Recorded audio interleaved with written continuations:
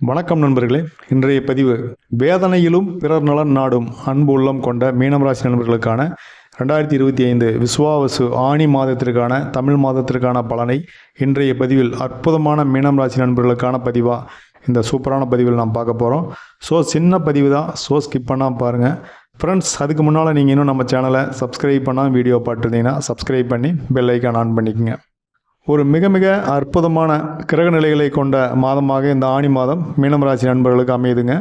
இந்த மாதம் கிரக அமைப்பை பார்த்துட்டு பொது பலன் எப்படி இருக்குன்னு சொல்லி நாம் மீனராசிக்கு பார்க்கலாம். மீனராசிக்கு இந்த ஆணி மாதத்தை பொறுத்த வரைக்கும் சுக்கிர பகவான் மேச வீட்டிலும், புதன் குரு சூரியன் 3 கிரக கூட்டணிகள் மிதுன வீட்டிலும், கேது பகவான் செவ்வாய் பகவானோடு சிம்ம வீட்டிலும், சனி பகவான் ராகு பகவான் கும்ப வீட்டிலும் இருக்கக்கூடிய இந்த நேரம் கிரக மாற்றங்கள் ஏதாவது இருக்கான்னு பார்க்கும்போது இந்த ஆணி மாதம் 8ஆம் தேதி, அதாவது ஜூன் 22ஆம் தேதி புதன் பகவான் மிதுனத்திலிருந்து கடகத்துக்கு ஷிஃப்ட் ஆகிறாரு. அதே மாதம், அதாவது ஜூன் 29 ஆணி மாதம் 15ஆம் தேதி சுக்கிரன் தன்னுடைய சொந்த வீட்டுக்கு மாறுறாரு. இந்த 2 மிகப்பெரிய கிரக மாற்றங்கள் இந்த ஆணி மாதத்தில் மீனராசிக்கு இருக்குது. இதை தாண்டி ஒரு பெரிய கிரக மாற்றங்கள் எதுவும் இந்த மாதத்தில் பெரிய அளவில் இல்லை. அந்த பெரிய அளவில் இல்லை அப்படின்னாலுமே சின்ன சின்ன கிரக மாற்றங்கள் அப்படிங்கிறது ஒரு பெரிய தாக்கத்தை மீனம் ராசிக்கு கிரியேட் பண்ணாது. இந்த 2 முக்கியமான கிரக மாற்றங்கள் இதை வைத்தே நாம் பெரிய அளவில் மீன ராசிக்கு அனலைஸ் பண்ண முடியும். இந்த கிரக மாற்றம், கிரக அமைப்பு மீனம் ராசிக்கு ஓரளவுக்கு ஹெல்ப் பண்ண போகுதா, இப்போ இருக்கக்கூடிய சனி திசையில் இன்னுமே நம்மளை போட்டு சிரமம் செய்ய தான் போகுதா, எதில் எச்சரிக்கையாக இருக்க வேணும், எது நமக்கு சப்போர்ட்டிவ் இருக்கும் அப்படிங்கிறது தான் இன்றைய பதிவில் நம்ம பார்க்க போகிறோம். மீனம் ராசி அப்படின்னாவே நல்ல எண்ணம் நல்ல மனம் அப்படிங்கிற அந்த அற்புதமான நிலையில் இருக்கக்கூடிய ஒரு முதன்மையான முழுமையான ஒரு ராசின்னு சொல்லலாம். இந்த நேரம் அப்படிங்கிறது, இந்த நேரங்காலம் அப்படிங்கிறது சனி திசையில் இருக்கக்கூடிய காலமாக அந்த காலம் இருக்குது. இந்த ஆணி மாதம் ராசிநாதனுடைய குரு பகவான் இப்போது 4ஆம் வீட்டில் மீனத்துக்கு இருக்கார். இது எதை குறிக்குது அப்படின்னா முன்னேற்றம் உண்டு அப்படின்னு சொல்லுது. தடை தாமதம் விலகப் போகுது அப்படிங்கிறதையுமே இந்த காலங்கள் உணர்த்தது. அதே நேரம் கெட்ட நேரத்துலேயும் ஒரு நல்ல நேரமாகவும், புது வேலை, புது மாறுதல், புது வீட்டுக்கு குடிபோதல்னு சொல்லி இந்த மாற்றங்கள் எல்லாமே புதுசாக நடக்கிறதுக்கு சில விஷயங்கள் தயாராக இருக்குது. செய்யக்கூடிய முயற்சிக்கு கைமேல் பலன் கிடைக்கக்கூடிய மாதமாகவும் இந்த ஆணி மாதம் மீனராசிக்கு இருக்கும். குறிப்பாக படித்த படிப்புக்கு நல்ல வேலை கிடைக்குங்க. மீனம் ராசிக்கு சூரிய பகவான் 4ஆம் வீட்டில் இருக்கார். அவர் 6க்கு அதிபதி. இவர் இங்கே இருக்கிறது அப்படிங்கிறது வெற்றிகள் பல உண்டு அப்படிங்கிறது நமக்கு ஒரு நல்ல மெசேஜாக கொடுக்குது. எதுலேங்க வெற்றி அப்படின்னா புது இடமாற்றம் அப்படிங்கிறத உணர்த்துது. புதுசாக ஒன்று மனசுக்கு பிடிச்ச மாதிரி லைஃப்பில் நடக்க போகுது அப்படிங்கிறதையுமே இங்கே உணர்த்துது. அது வீடாகவோ, புது காராகவோ, புது வேலையாகவோ, தாத்தா பாட்டி வகையில் வரக்கூடிய சொத்தாகவோ, புதுசாக ஒரு இடத்துல நீங்கள் கேட்ட பணம், பொருள், கடன் எதுவாக வேணாலும் இருக்கலாம். இது உங்களுக்கு வரவோ அப்படிங்கிறது இந்த மாதத்தில் இருக்குங்க. சனி திசை நடந்துட்டு இருக்கக்கூடிய இந்த காலகட்டமாக இருந்தாலுமே 2க்கு அதிபதி இப்போ 12ல் போய் உட்காந்துருக்காரு. நீங்கள் செய்யக்கூடிய வேலை, எடுக்கும் முடிவு, முயற்சி மூலமாக கைக்கு கை மேலே பலன் மட்டும் இல்லாமல் கைக்கு நிறைய பண வரவை கொடுப்பார் அப்படிங்கிறத இந்த நேரத்தில் நாம் உணர்ந்துக்கலாங்க. அதோட 4ஆம் வீட்டில் இருக்கக்கூடிய புதன் பகவான் ஆரோக்கியத்தை மேம்பட வைப்பார். இந்த முதல் 2 வாரங்களில் அந்த பழைய நோய்கள் அப்படிங்கிறதுலேருந்து நாம் விலக முடியும். முக்கியமாக அப்பா அம்மாவோட நீண்ட நாள் ஆரோக்கிய பிரச்சனைகளுக்கு ஒரு நல்ல தீர்வாக, ஒரு நல்ல மருத்துவம், நல்ல மருத்துவர் அப்படிங்கிற மாதிரி கிடச்சி அவங்களுடைய ஆரோக்கியம் மேம்படுறதுக்கு நிறைய வாய்ப்புகள் இருக்குங்க. அதே புதன் பகவான் மாணவர்களுக்கு கல்வியில் முன்னேற்றத்தையும், கல்வியில் ஞானத்தையும், உயர் படிப்புக்கான ஒரு உதவியும், படித்த படிப்புக்கு வேலையும் அப்படிங்கிறதுமே நிறைய இருக்குங்க. என்னதான் சனி திசை நடந்துட்டு இருக்கக்கூடிய காலம் இருந்தாலுமே இது கோச்சாரத்தில் இந்த மாதிரி நல்ல விஷயங்கள் இருக்கும்போது உங்கள் சுயஜாதகம் இதற்கு சப்போர்ட் செஞ்சுது அப்படின்னா இது சனி திசை நடக்கிற மாதிரியே தெரியாதுங்க. ஒரு பீஸ்ஃபுல்லான ஒரு லைஃப் அப்படிங்கிறது, ஒரு முன்னேற்றம் அப்படிங்கிறத நிச்சயமாக மீனராசிகள் எதிர்பார்க்கலாம் அப்படிங்கிறதான்.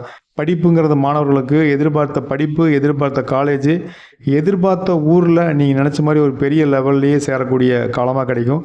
இது பெரியவங்களுக்கு சனி திசை காலம் கொஞ்சம் அப்படியே போட்டு பார்த்தாலுமே, சனி திசை கொஞ்சம் சிரமப்படுத்துச்சு அப்படின்னாலுமே மாணவர்களுக்கு ஒரு பெரிய தாக்கத்தை ஏற்படுத்துகிற மாதிரி இல்லை, உங்களுக்கு சூப்பராகவே இருக்குங்க. இப்போ எழுதி இருக்கக்கூடிய அல்லது இனி எழுத போகக்கூடிய போட்டித் தேர்வுகள் நிச்சயமாக வெற்றி கிடைக்கும். நீங்கள் படித்து முடிச்சு ஒரு நல்ல ஜாப்க்காக, ஒரு இன்டர்வியூக்காக வெயிட் பண்ணிட்டுக்கிறீங்க அப்படின்னா அந்த ஜாப் மேக்ஸிமம் உங்களுக்கு ஃபேவராக கிடைக்கிறதுக்கு நிறைய வாய்ப்பு இருக்குங்க. தொழில் வியாபாரத்தை பொறுத்த வரைக்கும் சொந்த பிஸ்னஸ்ஸு, கூட்டு தொழில் 2மே நல்லா இருக்கும்.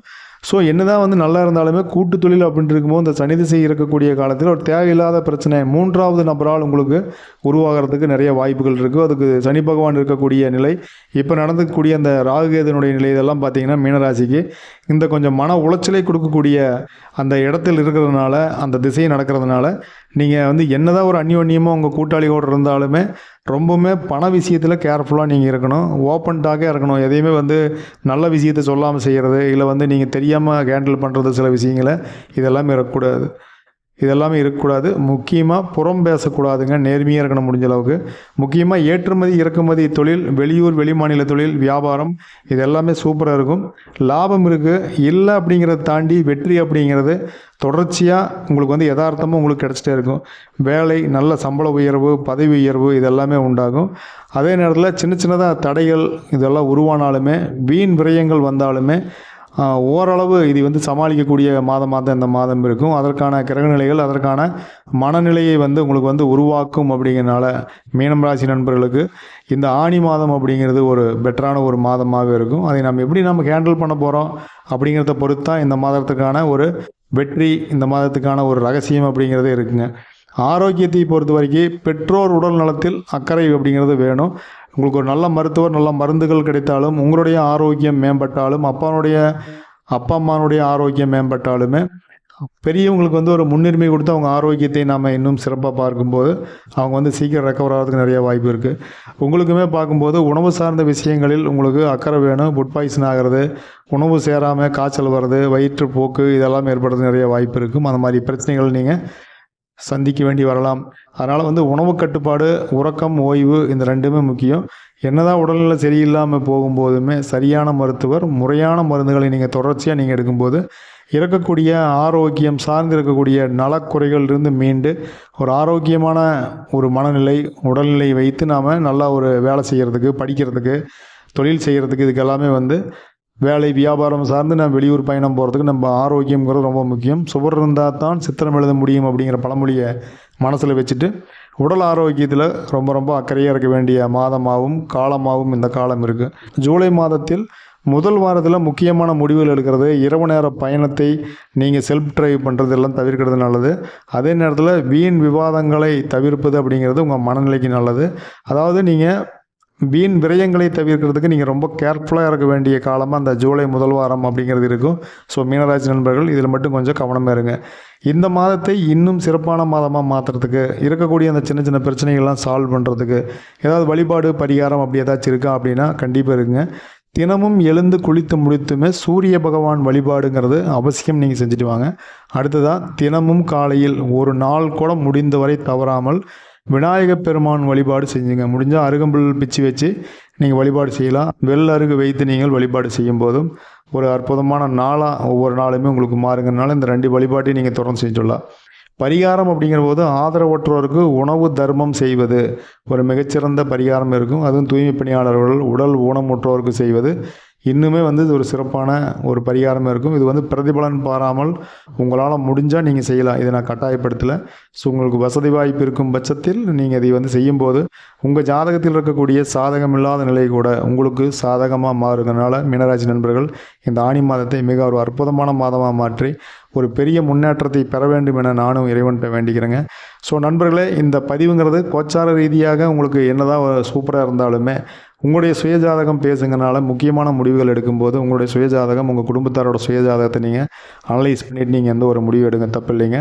இந்த பதிவு நிச்சயமாக ஒரு பயனுள்ளதாகவும் வழிகாட்டுதலாகவும் ஒரு விழிப்புணர்வான பதிவாக இருந்திருக்கும்னு நான் நம்புகிறேன். பதிவுக்கு ஒரு லைக் பண்ணிக்கங்க. நீங்கள் இன்னும் நம்ம சேனலை சப்ஸ்கிரைப் பண்ணாமல் இருந்தீங்கன்னா சப்ஸ்கிரைப் பண்ணி பெல் ஐக்கான் ஆன் பண்ணிக்கங்க. இந்த பதிவுக்கான கருத்தை கண்டிப்பாக நீங்கள் கமெண்ட் பண்ணுங்கள். இதுபோல் ஒரு அற்புதமான பதிவில் நான் மறுபடியும் சந்திக்கலாங்க. நன்றி, வணக்கம்.